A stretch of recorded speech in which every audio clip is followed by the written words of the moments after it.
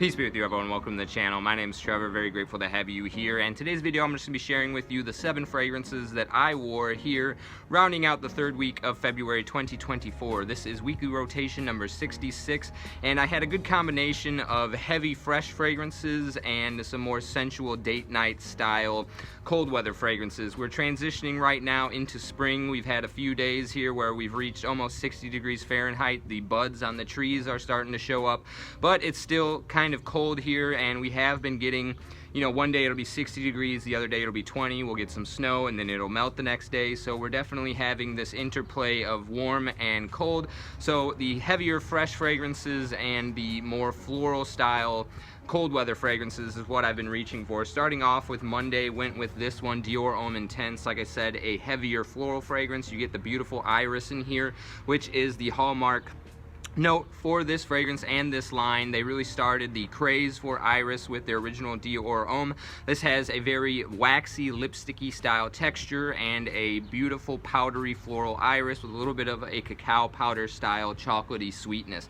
Absolutely stunning juice. Obviously, I've gotten quite a good dent in here, and I do own the Parfum and Dior Homme Original, which also have quite a good amount of dent in them.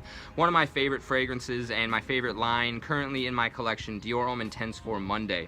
Okay, so Tuesday, like I said, I've been reaching for some heavier, fresh fragrances, kind of transitioning out of winter into the spring. This is one that I don't necessarily recommend because it is overpriced in my opinion. They do, from time to time, come down into an appropriate price range. However, I think I saw this going for $250 flat on Aura Fragrance, which I think is just about the max of what I would like to recommend it at. I bought mine for $270. Felt like I overpaid a little, but I did see that Chaos Fragrances over Dallas over at Chaos Fragrances shared on his he has a buy page or like a deals page, and he posted a link where this was going for $211 on FragranceNet, which I think is a good price for this. This is none other than Amouage 45 or Amouage Reflection Man 45. So really, this to me comes off a lot like Prada Amber Pour Homme, if you're familiar with that fragrance. A little bit of a dense, spicy soap. And this one doesn't have as good of projection as the original, which also had about moderate projection, I want to say.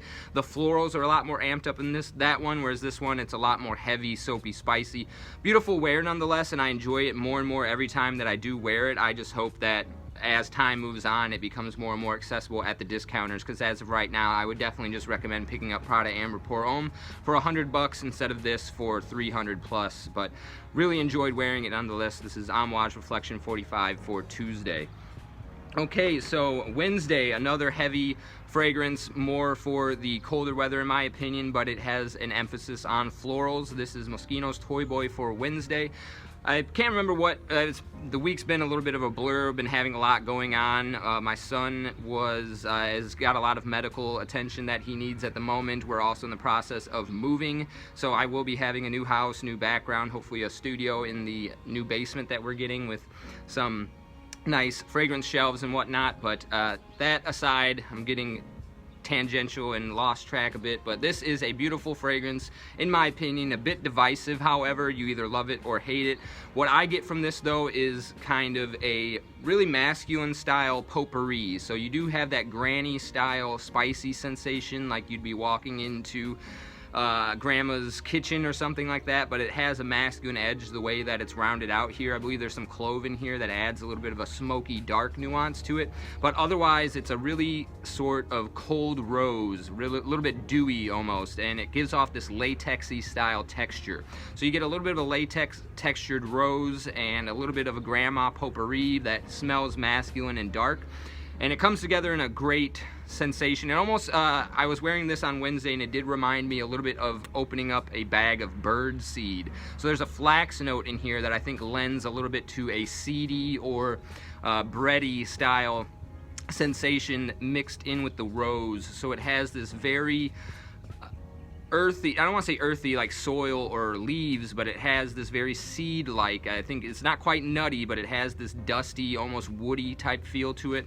Is really kind of what I get. So like a bag of bird feed with some dried roses and a little bit of grandma's potpourri. That's really what I get with this, with a latex texture. Complex fragrance, really. I'm looking forward to doing a full review of it, but I'm still trying to wrap my nose around it. I only just recently picked up a pear note in here that I've been wearing this for a while, but there's a sweet pear in here that also gives it a little subtle sweetness in addition to all of those other enveloping notes. Really beautiful stuff. One of my favorites for transitional periods, spring and autumn. This is Toy Boy from Moschino for Wednesday. Okay. Thursday, it was rainy in the morning when I was leaving for work. I believe I had an early morning that day. I go in at 9 a.m. and it was cold, dreary, wet, and raining, but by the time the afternoon had showed up, the sun had parted the clouds and it was reaching into the 50-degree mark. This was a little heavy for that, but luckily it has a really prominent floral note in here, so I think it still played rather well, both with the rain and the sunshine. Part of the reason it played so well with the rain is because it has a dominant violet note, which is one of my favorite notes to wear in the rain because of its ozonic nature. This is Dior Fahrenheit Le Parfum. So I actually have not smelled the original Dior Fahrenheit, so I can't say how much this is reminiscent of the original DNA, but I do get a petrol-y style vibe from the violet note in here. But what makes this stand out as a standalone fragrance is a really nice, beautiful licorice, vanilla, and boozy accord. So, and a little bit of that old school leathery nuance as well. So you get booze, leather, licorice, vanilla, and violet are really the main players in here. Kind of reminds me of something like a cough syrup in a spoonful of sugar. When you were a kid and your parents had to give you medicine, they would put it in a spoonful of sugar to make it more palpable. This kind of reminds me of that. It does have this cherried, purpley kind of fruity, syrupy taste to it with a big heavy dose of sweetness, and the creamy sweetness makes it really good in terms of its textural feel, but it does have that floral nuance that really makes it play well in the spring type weather and the rain. So that was Dior Fahrenheit Le Parfum for Thursday. Really enjoyed wearing that one. One of my favorites in my collection. Dior, definitely my favorite house, especially from the designer realm. Okay, so Friday is a day where I like to wear niche fragrances, and this was a recent addition to the collection. I wore it last week, but it's been something that I've been eager to reach for. It reminds me kind of like a niche take on Versace Dylan Blue with a barbershop twist to it. So lavender is the prominent note here, but I do get this fresh out of the shower, almost watery aquatic feel, especially in the opening with this one, and there's no aquatic or watery notes listed, but it does have that very refreshing aquatic liquid style textural sensation, in addition to the beautiful creamy sweet lavender and then a cedar note, which is the other main player in here, which gives it a well-rounded, powdery, woody, masculine feel. This is none other than Masculin Pluriel from Macy's and Francis Kirkjohn. Picked this one up for just under $200 on Venba. Wouldn't pay more than $200 for it, but I think it's a beautiful barbershop style fragrance, and like I said, it reminds me of like a niche Dylan Blue with a heavy dose of lavender, cedar, and just that clean, fresh barbershop feel. This one's very creamy, however. It does have a very rich, dense, creamy textural sensation that you might be familiar with if you've tried anything else from this brand, such as Grand Soir or Gentle Fluidity Silver or Oud Satin Mood. This kind of has that same textural signature that most of MFK has, which makes it a great standout barbershop fragrance for any collection. In my opinion, this is Masculin Pluriel for Friday. Okay, I don't think I got a compliment on any of these fragrances all week, but for Saturday I was kind of torn between wearing the original and this clone, but I felt like I felt like the clone has a little bit more of a fresh quality to it, a little bit more pronounced floral, a little bit dialed down earthy patchouli, and a little bit more brightness from a pink pepper focus. This is Moustache Eau de Parfum from Rochas. So I do own the original Tuxedo. I actually have 2 bottles of this Moustache. This is 75 ml. I own a 125 ml, but I'm trying to burn through this one first. About halfway through with this one. And like I said, just a beautiful ambery, rose, vanilla, pink pepper, and there's just some of the nuances that come forth in this. It's kind of like a floral amber, peppery floral amber is really what I get with this one. There is a patchouli note, but I feel like the patchouli is a little bit more pronounced in the original, whereas here it's more of the amber, rose, pink pepper going on. They're very similar, slight nuanced differences. I just feel like this one's a little bit brighter, and it was a little bit of a brighter day for me on Saturday. It was very cold. It was still about 30 degrees. We got some snow in the evening on Friday night.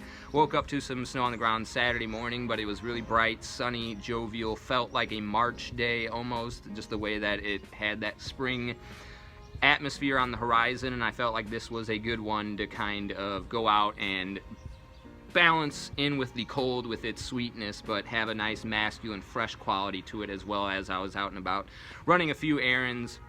Like I said, we're in the middle of moving right now, so we were moving some furniture to the new house and doing some laundry over at my parents', and this was a welcome companion for Saturday, Moustache Eau de Parfum from Rochas.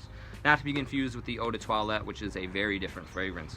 And then for Sunday, to round out my week, I reached for this fragrance, something that I've been craving more and more the more that I wear it. Definitely not blind buy safe, but it is somewhat of a legendary cult following fragrance in the community. This is Portrait of a Lady from Frederic Malle, and what I get with this one is kind of like a fruity funeral home. So it does have that floral, rosy, fresh, but also sterile scent that you get walking into the flower aisle at the supermarket, or walking into a funeral, where you just have that sense of kind of a sterile, plasticky environment with a floral touch. You get that sensation going on here, but then it kind of balances, I don't want to say balances out, but uplifts that scenery, and it makes it more of like a celebration of life than a funeral, because it does have this very gummy, Laffy Taffy type textured raspberry sweetness. So the jammy rose and a little bit of a fruity quality come together in here that also give it this somewhat uplifting pink, reddish pink, fruity kind of vibe going on, a sensation of that chewy, Laffy Taffy style pink funness, in addition to that kind of a macabre floral sensation. Really a artistic representation in a bottle of a profound rose note. I am starting to pick up more on the clove in here, the kind of hot, spicy, smoky elements that this has. Those eluded me a little bit when I first was wearing this, but the more that I've gotten a chance to really open up my nose to the complexity here, the more I absolutely adore it. So fruity, Laffy Taffy funeral home is kind of what I get with this one. Not for everybody, but definitely something that's been growing on me. I think this is a must try for collectors, but not something that I think would go over particularly well with the general public, just because it does have, it's a rose fragrance, which generally doesn't go over that well with people in general, but it's also just a very unique and artistic fragrance, but one that I'm really happy that I have in my collection, and great for this transition period between the winter and the spring. It just has that nice, fruity, pink, uplifting quality that you would be hoping for in the florals in a springtime fragrance, but a rich density in that Laffy Taffy style texture feel, like almost like a rose gumdrop is somewhat else that I get with this fragrance. Stunning creation from Dominique Ropion and Frederic Malle. This is Portrait of a Lady to round out the week on Sunday. So that was my weekly rotation in fragrance. I like to share these videos with you to let you know what I'm actually reaching for in my hundreds of options, and maybe you can look into one of these fragrances going forward and check it out for yourself. So these, like I said, are just ones that I actually wear, so I hope that, you know, that is enough of a recommendation from me for the quality of these ones. I wasn't testing any of these out per se because they were new. They were just ones that I was actually itching to wear. So let me know what your rotation was in the comment section down below, and as always, I really appreciate you sticking to the end. I'll see you in the next one. Take care.